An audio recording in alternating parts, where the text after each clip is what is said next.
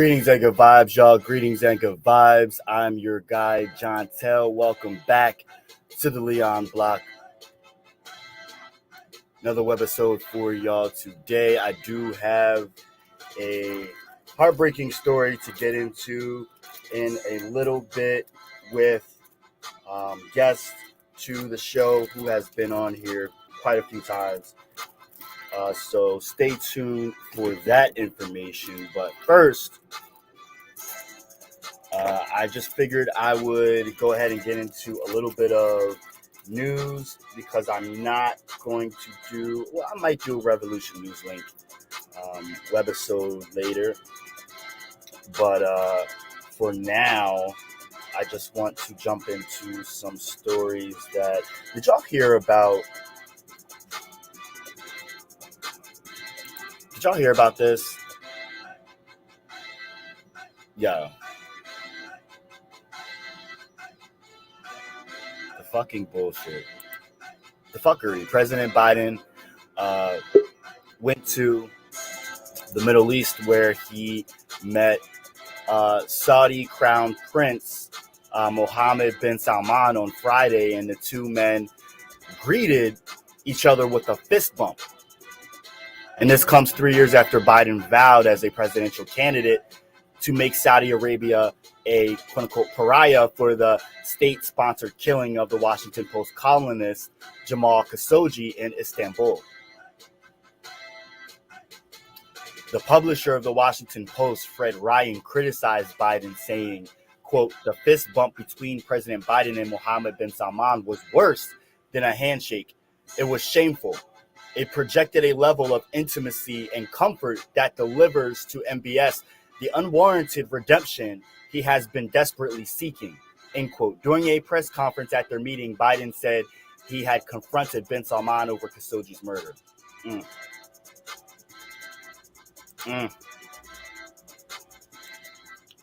I said it before and I'll say it again. Fuck Biden. Period. While in Saudi Arabia, President Biden also met with other leaders from the region, including the president of the United Arab Emirates. The meeting came on the same, Meg, you cracked me up, the same day at a court in the UAE sentenced the civil rights attorney Asim Ghafoor to 3 years in prison. Ghafoor is a U.S. citizen who has worked as a lawyer for Jamal Khashoggi. He was arrested on Thursday during a stopover in Dubai. He has been accused of tax evasion and money laundering. A bunch of different things going on, but I will get into those in another webisode. I guess I will do a webisode for y'all today for Revolution News Link, so don't worry about that. I want to welcome really quick my guest, Megan Keller. Welcome back to the Leon Block, friend. How you doing today? How you doing? Hello. I am good. How are you doing? I am a little refreshed. I could still sleep some more. Give me a teddy bear and a nice big body pillow and a nice fat ass blunt. And yes, honey. I will take my ass right to sleep. But however, the show must go on. There's still work to be done. There's still lots of information going on. I want to real quick before we jump into what you and I are going to talk about. I want to go to our Twitter for everyone, and just you can give commentary if you like as well, Megan, but I just want to talk about what's going on. I felt like, and I'm just going to share some retweets that we've got going on. You're welcome to go to our Twitter, the Leon Block 1, and join in. Now, this meme here, trickle down Trumpism, it's so true. Republicans have learned from Trump. They now lie just like Trump. They insult people just like Trump.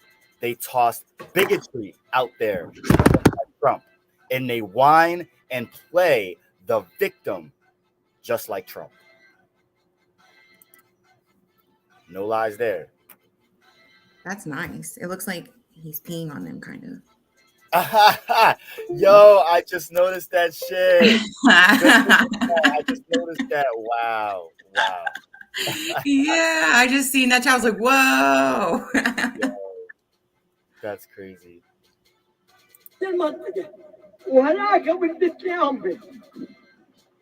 في الجبل هذا. كيف بدنا ننسى هذه البلاد وهذه البلاد اللي احنا خلقنا فيها؟ كيف ربياتنا؟ ما جدودنا، كيف بدنا ننساها؟ ما بننساها من مرة، ما بننساها. لا احنا. From the river to the sea, Palestine will be free. I say it again. Look at this. Yeah. Signs of beating appear on the two Palestinian young men, Shadi and Ahmad Jabareen from Anada, who were aggressively assaulted by the Israeli occupation forces during their arrest earlier today at dawn. Wow. Yesterday. Yeah, this is a regular occurrence, though. This happens constantly. Look at this. Israeli occupation forces arrested 76 Palestinian women, most of whom are from occupied Jerusalem, in the first half of this year. The number of female prisoners behind Israeli bars has reached 32. It's crazy. Like, that's insane, because we can always feel like we know so much about what's going on, like, in our world today. But, like, the truth of the matter is we don't have a clue. Like, no. We're all in our own realms, and anything outside of that, like, we are kind of blind to. Yeah. Yeah. And there's everyone, all oppressed people are facing battles all across the world. And it's corporate greed and capitalism that is really the only ones that's benefiting from this. At the end of the day, everything is going up instead of trickling down. Exactly. This I want to talk about really quick, y'all, because this is atrocious. Look at it again. Waves at the white kids. High fives the white mom. He shook his head no. Yep. And this is America. Mm-hmm. Mm-hmm. Like, that's sad.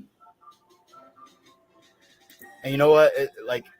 That the person behind that costume could well on be racist, you know?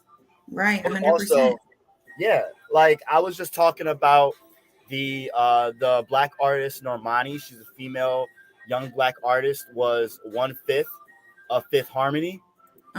One of the top selling girl groups of the past decade, right? And she was the only fully African American black artist in the group, black female artist in the group. And all of the other artists everyone's branched out and did their solo careers. She branched out first. But another artist, Camila Cabello, whatever the fuck her name is, right, is a Latinx artist, and she has had like 2 or 3 albums out already. And she's white passing. Mm-hmm. She's seen as exotic because she has that name. And, the mainstream has like embraced her, and they just put so much millions of dollars behind her. Again, Normani came out solo first, and they just like, she still is yet to release an album. Like the record label is stunning her growth. They're preventing her they won't put money into her. She did a single with Nicki Minaj. Black artist. Or no, not Nicki. She did a single with Cardi B. She did a single with Cardi B, but it didn't do as well as they wanted it to. And I think it wasn't a well put together song, in my opinion. I thought that video was hot. It was. I was impressed.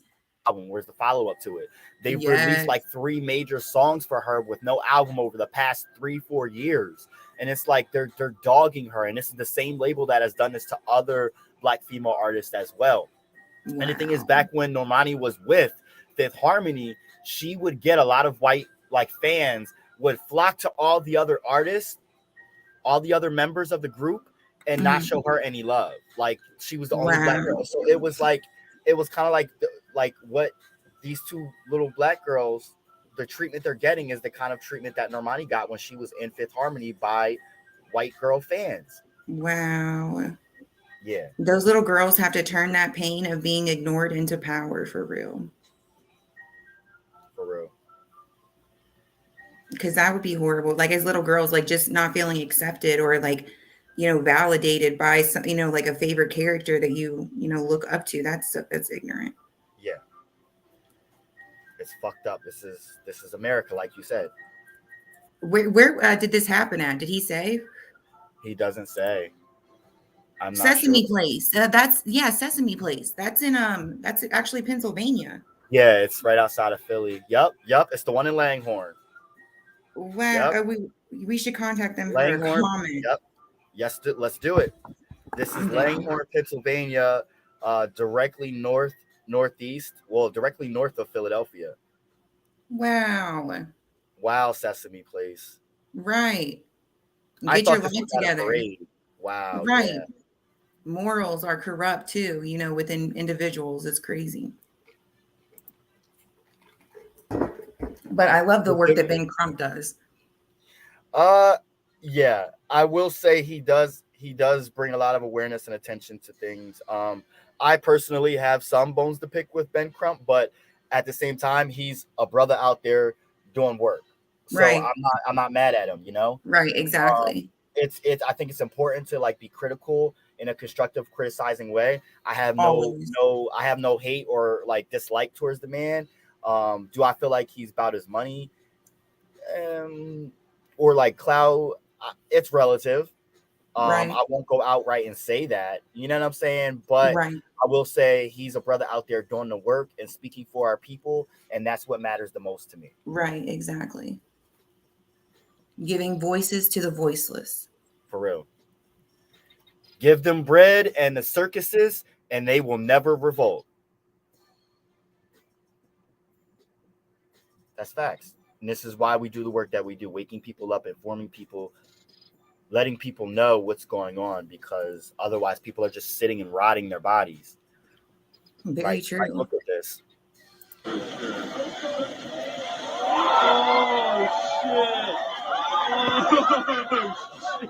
Oh, wow.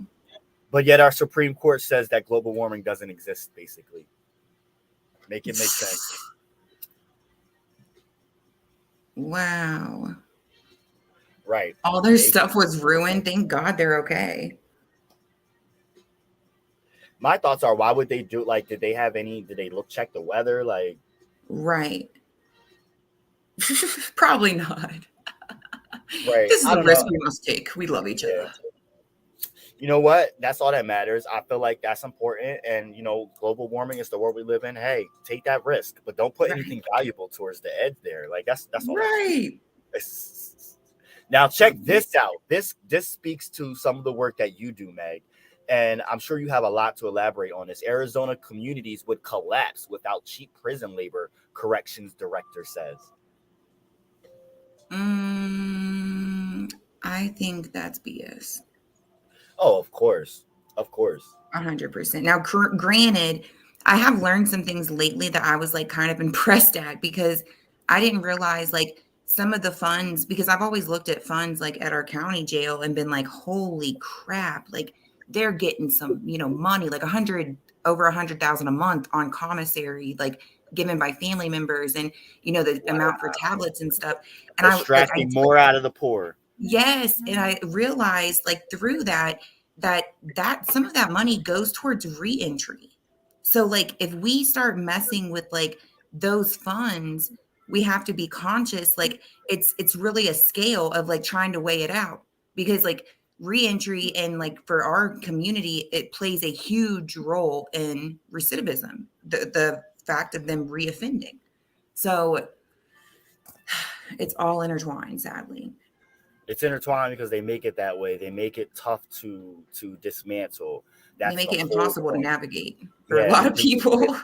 I think a lot of people miss the fact that this is modern day slavery. Slavery never ended. So like in order to get rid of this, we have to get rid of the whole joint. People aren't willing to do that because it affects so many different communities. There's so many white people in rural Pennsylvania, for example, that their livelihoods depend on having that correctional officer job because it feeds their family, but they don't realize that they're still partaking in fucking slavery. Right. And if they go back to the very beginning of policing, like that's something that just came up in conversation. Like policing was capturing slaves. Like that, you were a slave catcher. That's what you did to protect, like, the white man per se. And what are they doing now? They're still doing, certain things with homelessness and, people that are panhandling, or, it's a wide variety of things that people get criminalized over, but it's basic human rights. Mm-hmm. Mm-hmm.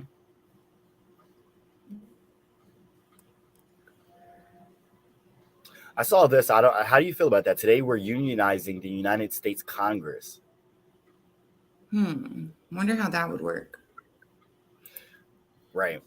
I'm Right. curious. I'm curious too. I'm a little perplexed by that. If someone wants to provide context or comment in and let us know your thoughts on that, or any of the other information that we did talk about just now, feel free to link up with us. You can DM us right here at the Leon Black Independent Media Facebook page. We do answer your messages. You can also email us at theleonblock@gmail.com. You can call us at 484-909-0873, or you could just comment on this stream right here that we are talking from right now. Now, I do want to talk to, I got to find, I don't know if you can send me the link. That'd be great. But I do want to get into the story of what you wanted to talk about, Megan. Let's get into it. What took place in Harrisburg January of this year? Like, set the tone. Yes. There was So a couple, right? there has been a major one that I had looked at in the media whenever it came out, but I was super there was not really a lot of certainty or information about it. So I just kind of let it lie, because with wrongful death lawsuits and things like that, they have a 2-year statute. So you always want to give the family enough time to grieve, but also enough time, right? Yeah, for the community support to come in, because remember, nobody that is killed by police have any community support or counseling support offered at the time of the incident. So Right. with this, it caught my attention because I have kids, of course, and this woman had a baby that was 2 years old. The guy had tried to get care at the hospital. He waited 5 hours, which is very typical, in the middle of COVID. Even right now in Lancaster, you can go in with a brain injury and have to sit out there and wait, several hours. So, the reality of the situation, he got frustrated and he left. And what ended up happening was they ended up in the Susquehanna River. And there was 2 hours that nobody found them. They were just there. And they got on the sunroof of their vehicle. They switched the baby back and forth. Now, granted, he was acting at times psychotic, but it was considered a psychosis event, which is just a mental crisis. You hear it a lot with bipolar, schizophrenic. You just kind of go, berserk momentarily, but you do have your moments of consciousness. Right. And the police arrived on scene. Within 3 minutes, they shot and killed him. He fell into the river right in front of his wife and child, and he was gone for 92 days. Now, what you told me that they left his body, they left, so I was unsure because they were both sitting on the sunroof of the vehicle whenever, and I watched, there's actually rescue videos online. I'm trying to send it to you right now. Oh my God. Yeah. And so I watched all of this prior to talking to this young woman. And so I thought I was, pretty prepared to, because as one person, I do all of these and, gathering the data, analyzing it, contacting the families, all of that I do by myself. So, and all, to add, it does a lot to your mental health. So anybody, seeing and hearing this type of thing over and over again, the first one we had was Ricardo Munez, again, mental health issue. Yeah, let's talk about Ricardo really quick. It wasn't tell people what happened to Ricardo. How did that happen? So with Ricardo, and it's interesting to add as well that St. Joe's Hospital was closed very shortly before Ricardo Munez's situation happened. St. Joseph Hospital offered psychiatric services. For those listening in around the country, we're talking about Lancaster, Pennsylvania, and we had 2 hospitals. One called St. Joseph Hospital on the western side of town, and then we had one in the central area of downtown, which is still open. What was it, 2019 or 2020? They closed down St. Joseph Hospital, which was the major mental health behavioral hospital in the county. They closed it down, which sent people scattering with mental health issues to other counties like Berks County, which is Reading, and other areas, Harrisburg, for mental health issues. And Right. with Ricardo Munoz, he was also a younger man, 27 years old, with mental health issues, schizophrenia, and bipolar disorder. And he was in and out of hospital stays or getting treatment and things. And he was known around town for talking to himself and having episodes and things. And he would get harassed by local citizens and people in the hood.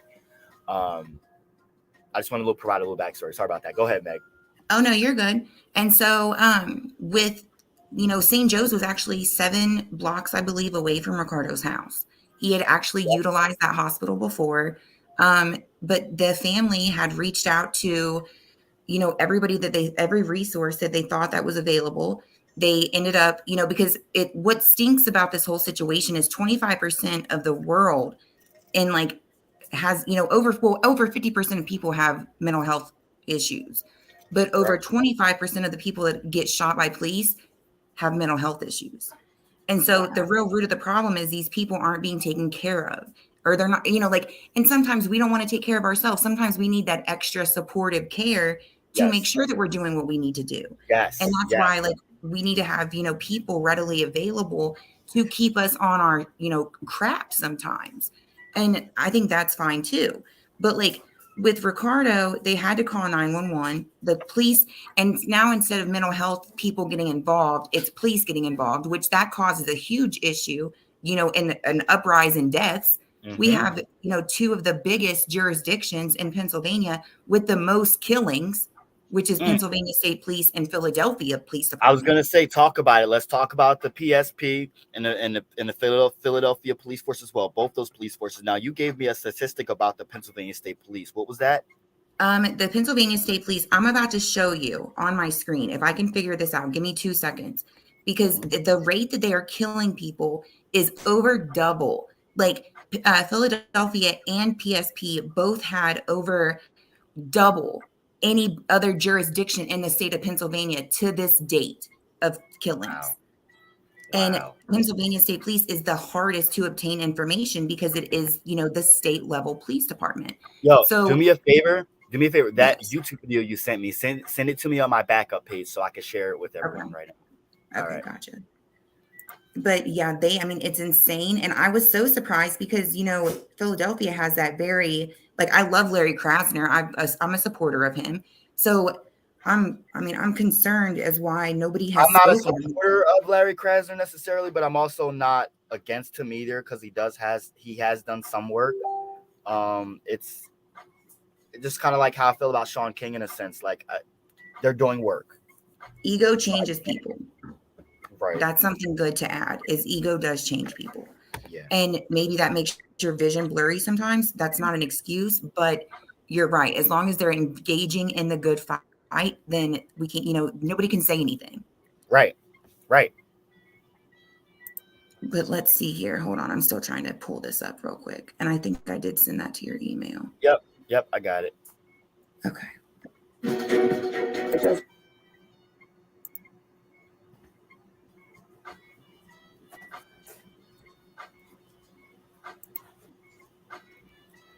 All right, I'm going to.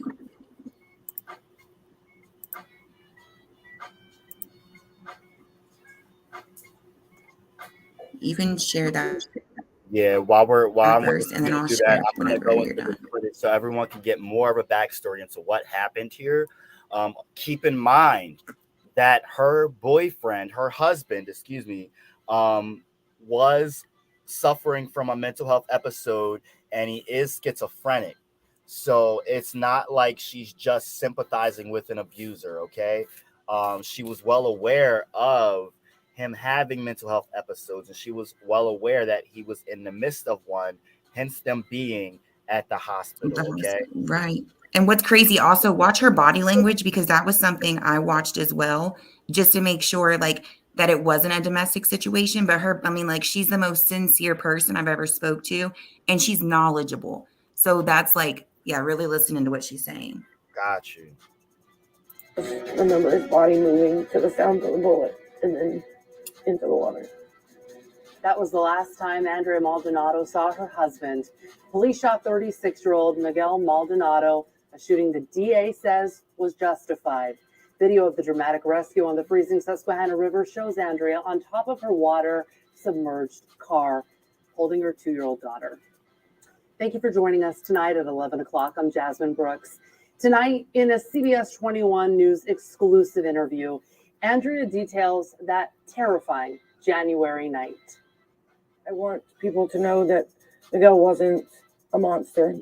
But Andrea Maldonado says her husband was battling demons for years. And in the early hours of Sunday, January 16th, those demons That's my birthday. won. 36-year-old Miguel Maldonado Jr. was shot by police after a long and dangerous night that culminated in this incredible rescue of his wife and 2-year-old daughter. How did this all start? So Miguel, the baby, and I were out, and he asked if I would go to the hospital with him because he was having some pain in his right side. And I said yes. So we went down to the Harrisburg hospital. We got there about 7 p.m. after we'd eaten dinner. We got there. We checked in.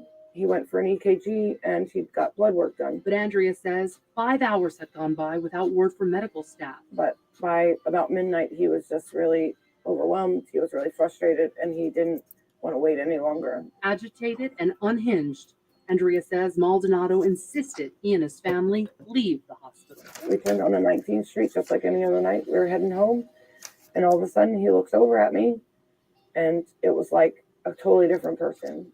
It's like his eyes, it's like I could see right through him. And all of a sudden he just started hitting me. That's what I thought he was doing. I didn't know at the time that he had pulled out a knife and was stabbing me. Andrea says she was stabbed 13 times. In both of my hands, multiple times. My shoulder was multiple times across my neck, or across my chin right here, and then a couple times across my chest. Do you think he was trying to kill you? Yeah, I do. But not me as a person, if that makes sense. He really thought I was someone else. Andrea says her husband suffered from mental illness and used drugs to self-medicate. During his violent rage, Andrea says Maldonado crashed into a light pole. Her priority? Getting her daughter out of harm's way. He grabbed a hold of her leg and he's like, "You're not taking my daughter." So I got into the back seat with my daughter out of her car seat. And at that time, I did try to call 911, but he hung the phone up. That's when Andrea says Maldonado headed for the Dock Street Dam. At no point did I ever think we're going to go down there and we're going to end up in the river. He literally, it was a split-second decision. As I'm dialing 911, I was paying attention to my phone. And the next thing I know is we're into the river. And I dropped my phone. My glasses fell off. I had the baby in my arms. She wasn't in the car seat. You're in the river. We're in the river. Now what? My first instinct was, I've got to get out of this car. Because if this car goes under, we're done. And he looks at me and he says, "Oh my God, we're in the river." And I said to him, "What the F did you just do?" The three managed to get out before the car filled up with water. Andrea's phone was still inside, and that 911 call would eventually disconnect. The dock workers that were coming to check the machines on Sunday morning at 3:30 are the ones that came and they saw us. How long had you been on top of the car before you were discovered? For 2 hours. It's freezing outside. 2 degrees. 2 degrees. And the water's rushing past us. More than 8 hours since their trip to the emergency room, police arrive at the Dock Street Dam. Like right when the cops got there, he said, "They're not going to shoot me unless I turn the knife towards you guys." And that's when he repositioned his body. We sat down with Dauphin County's district attorney, Fran Chardo. I've watched video from a number of angles, and he was using a knife as a deadly weapon. The police had to make a decision to attempt to save life, and they made a reasonable decision at that moment. So in Andrea's story, she recalls him repositioning himself. What did you see him do? He was making a lunging motion with the knife towards her. And he says, "You know how this is going to turn out, right?" And I said, "It's not. We're all going to be okay. Everything will be fine." The cops were telling him, "Just throw the knife in the river. Everything's going to be fine." He went to adjust himself. There was no point in time where he had the knife to me. He didn't have a knife to the baby. He just was adjusting himself, and they took it as him coming towards the baby and I. And that's when they shot him. Even if police knew that this man or suspected this man had mental illness, would that have changed anything if you felt that she was in harm's way? It would have been irresponsible to do anything differently. So what were his last words before he was shot? Just shoot me. I can't live with what I've done to my family. And you said he was right next to you. 6 inches from me. And the baby was on my chest. And after he said that, the shots rang out and I yelled no, covered my daughter's. As soon as I heard the shots go off, I covered my daughter's face and I yelled no. That was my response. And what did she do? She just tucked her head real tight into my chest. And as a mother myself, I wanted to know how that baby is doing now. Andrea had a lot to say about her little girl. And you can hear more of my exclusive interview with Andrea at CBS 20. All right. So that was the heartbreaking story.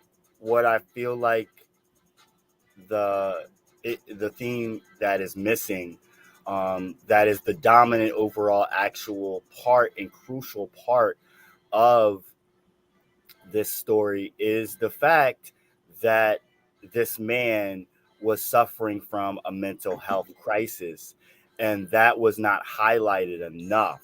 They didn't talk about it enough. And so anyone just jumping into the story would just want, this man's a monster, he deserved to die. Like, no, he did not deserve to die. He needed help. Right. And to add to what you're saying, Jontel, just to give a little bit more backstory that I'd received from the mother.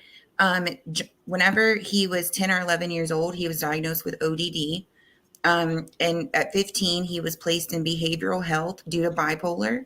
At 16, his father committed suicide.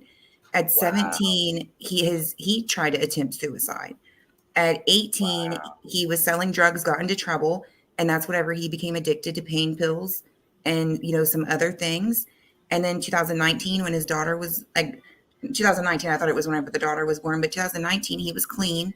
And so an addiction also comes from mental illness and self-medicating. So it just needs to be, brought up because, this man also, to add, they were in the water for 2 hours. Look up the side effects of hypothermia. You're going to go into shock. You're going to become disoriented. You're going to lose your mind because you're freezing to death. Right. And I feel like, how dare the district attorney say, they did it, pretty much excellently. I disagree. Wow. Yeah, that's what Chardo, on that interview, was saying, was even if he knew that there was an existing mental health crisis, he would have wanted it done in the exact same way. The officer got on scene at 3:28. At 3:33 in the morning, they shot him. How long? I don't even know. Yeah, it was within 3 minutes because the mom had said that she had seen the body cam video of the officer. They're still waiting for a probable cause statement.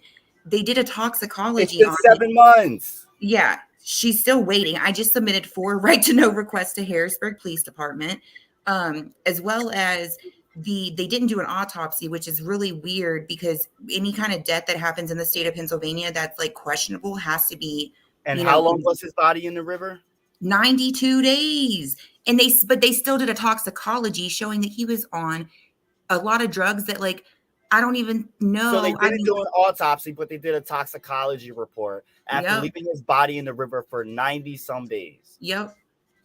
And saying they could not find him.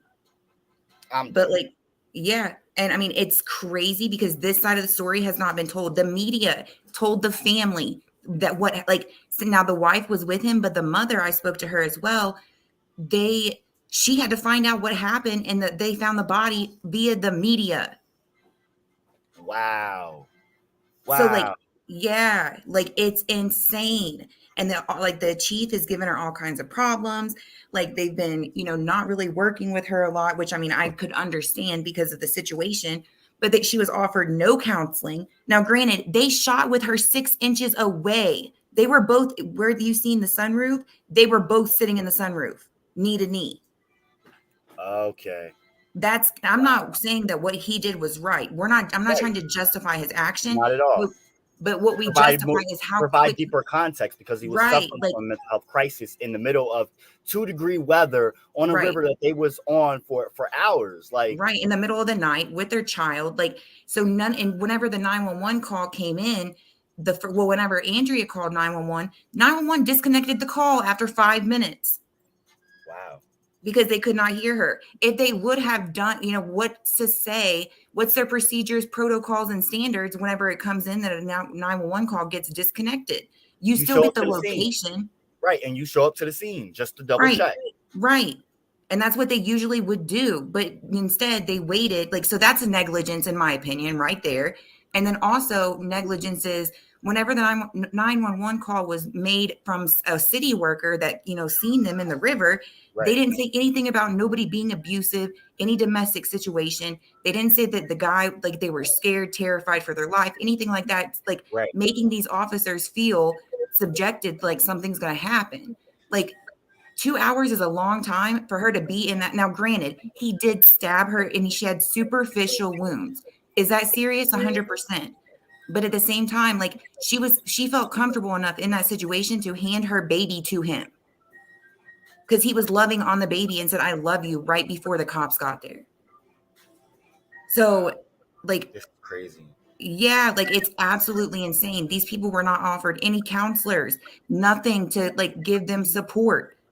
So now I'm, like, at the, race of my life trying to put together, like, social workers, mental health, like, anybody that wants to listen to these people that's endured this horrible crisis, like, by police brutality. If they want to help and listen and join this group, like, I feel like I was just given this opportunity to change how this is looked at. You can change the whole narrative, like, of what these people went through. Out of 2 cases, they both had mental health issues. They both reacted poorly, yes. But, like, what's the police department standards, formal written protocols on how you deal with homeless, how you deal with domestic, violent situations, how you deal with escalation and de-escalation situations. Like, that's what we need to know. How many shots has each officer fired out of their firearm? Is there repeat shooters? Shooters within the department. Right. I got questions and I need answers, y'all. Like, I'm waiting. You got 5 days. Let's go. Right. And that was like last week. So it's coming. I sent in 4 right to know requests that was filled, probably 10 requested documents Let's go. Like, I'm done. This is crazy. Get the right to know requests in, y'all. Right. It's public information, public knowledge. Type it in on Google. Public right to know request, Pennsylvania. It'll pop up. Fill it out. Save it. You can email everybody. Find their email address. It's possible. Like, if we got to light the way, we'll light the motherfucking way. Talk about it. Before we wrap this up, I just wanted to talk about, we talked about schizophrenia and bipolar, the things that one goes through in life. And before we wrap up, I just wanted to highlight Ricardo Munoz really quick because we're coming up on the 2-year anniversary of his execution. Tell me about Ricardo and the similarities between that case and this case, like you were telling me. Ricardo had a mental health diagnosis in a relationship to a certain degree with the officer that shot him. The officer was not new to him or new to the family. Ricardo knew him and he knew Ricardo. And so that adds a layer to it. But what adds another layer to it is how they responded as far as not having your partner. From my understanding in policing, you're always supposed to have your partner. Like, that's one thing you don't go anywhere without. Right. If he would have had his partner, they could have propped the door closed. They could have reacted a lot of other ways, whether that be grabbing the taser, put your foot against the door for a second, grab your taser, show him that you're not going to play with him. Like, there was different ways to go about it. Now, granted, I don't, it's justified. Do I think it is? Hell no. But until we can bring evidence to the courts and say, here we go, this is how they're supposed to handle it, and this is how they did not handle it, then we're all just talking. But, like, Ricardo was loved by us. Like, it's so crazy that, a horrible situation has to bring all of us together in this way. But there's power in it. And if we can get all of them together to make a change and to demand change within the system, like, they have no better reason to fight for reform than their loved ones. They, like, that's what it's about, the legacy. And I'm telling the people, I'm like, let's talk about civilian review boards. Like, let's make them accountable for excessive force procedures, whether that be, physical, which is like, we hear it goes on in Lancaster as well, or whether that be, deadly force. Like, let's make them talk about it. Like, that's where I'm at with it. But Ricardo, I mean, he suffered from mental illness as well. And it's sad because that's the two main causes is bipolar and schizophrenia. Yes. Yes. And so, but everybody needs to remember, like, there is people, out there that can help. Just, it's all in finding the right resources. Keep digging until you find somebody that can, help you, or with the resources that, will. It's crazy. Like, there's so much things, like so many resources I have myself, but then at the same time, there was certain things I dealt with last week with my son that I didn't know what the hell to do. Right. And I had other people lead me on it. And it's, this lady even helped me, the Maldonado lady, with my son's autism diagnosis. So it's crazy how we can help each other if we make ourselves vulnerable. That's true. But real quick, before you end, I want to show these police killings so far to date. Yeah. Yeah.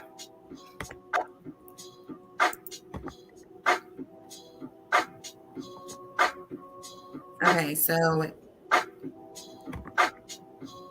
this tells a lot of information. This is victim's name, their gender, the races broken down, the date that it's happened. So I'm pretty up to date on this kind of stuff. But Let this is what I figure want. out how I can share this, because it, like. Oh, can you not see it, or it's doing too much?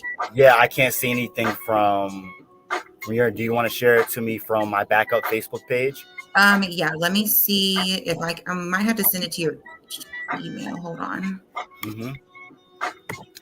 Oh, you said you sent it to my email? I might have to. Let me see. Now, what is this concerning? This is Pennsylvania shooting deaths that have occurred this year so far. Wow. Yeah, I have I ran into this information one morning at 3:00 in the morning, and I stayed awake and it was nationwide information. I pulled every Pennsylvania one, and that's how I formed my data. And so, it's pretty insane. I just emailed it to you. Bet. And then I share it with the attorney that I work with. And then we go after the ones that we're able to, help. So, and they've even went after a guardrail. There was somebody being chased by Pennsylvania State Police, and we're they're able to sue for the guardrail not holding up. So they're still able to help the family. Yeah, he's a shark though. This attorney, he's amazing. Matthew Trapani, he just had $1 billion lawsuit for somebody that had a gas leak or something that went into people got sick. Yeah, he's a shark. Okay, so tell everyone what we are looking at here. Okay, so what we're looking at is a data chart of the Pennsylvania police shootings to date, actually, that's available to us. The first one you'll see happened June 23rd, 2022. And so if you keep going over, Jontel, it'll show agency responsible for death. And so if you just push if you want to push M, that will show all of them. But you can see how much the difference is between Philadelphia and Pennsylvania State Police. And this is for a 2-year span. Holy shit.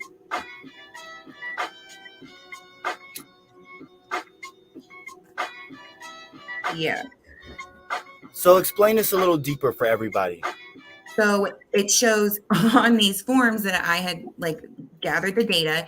If you keep going over, it shows a brief description of the circumstances surrounding the death.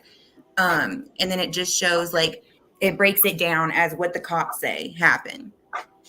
And then if you keep going over, it will show a link to any article that's talks about it, which is kind of weird because a lot of these that I'm seeing are there's no obituary, or it'll say withheld by police. When did the police start getting to withhold that type of information as who they're shooting?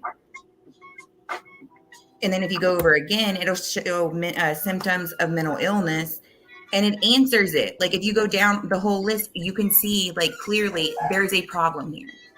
Yeah. So this is all information that you've compiled. Right. So what is your takeaway from all of this information? That we need to all come together as a group and reform the system, make these people, these agencies accountable. We're not saying they're doing anything wrong. We just want their records to show that they're, like, why does Pennsylvania State Police, Philadelphia Police, like, why do they have so much more? Now, granted, their jurisdiction is bigger. We do know, like, I know this, but at the rate that it's happening versus the population that they have in their towns or jurisdiction, it doesn't add up. Facts. So instead of saying, show us the footage, show us the records. How about both? Right. I mean, hey, I'll take both. And then if you keep going over, it'll show, like, did they allege that he had a weapon? Did they really have a weapon? Did they flee? Right. Like, I got this narrowed down, like, to the science of it. Get it, mama. They killed somebody's wife, and they ended up taking the man to jail. He was 77 years old. What? Yeah, Betty Tabaldi. She's on this list too. And it was this year. Yeah, I'm gonna look at this list a little more in depth. Yeah. I know that for the most part, people can't exactly see it. Well, and see what I'm trying to do is contact with these family members. So we have Dennis Miana, Keith Carroll, Robert George, Tykeen Terrell Hartman.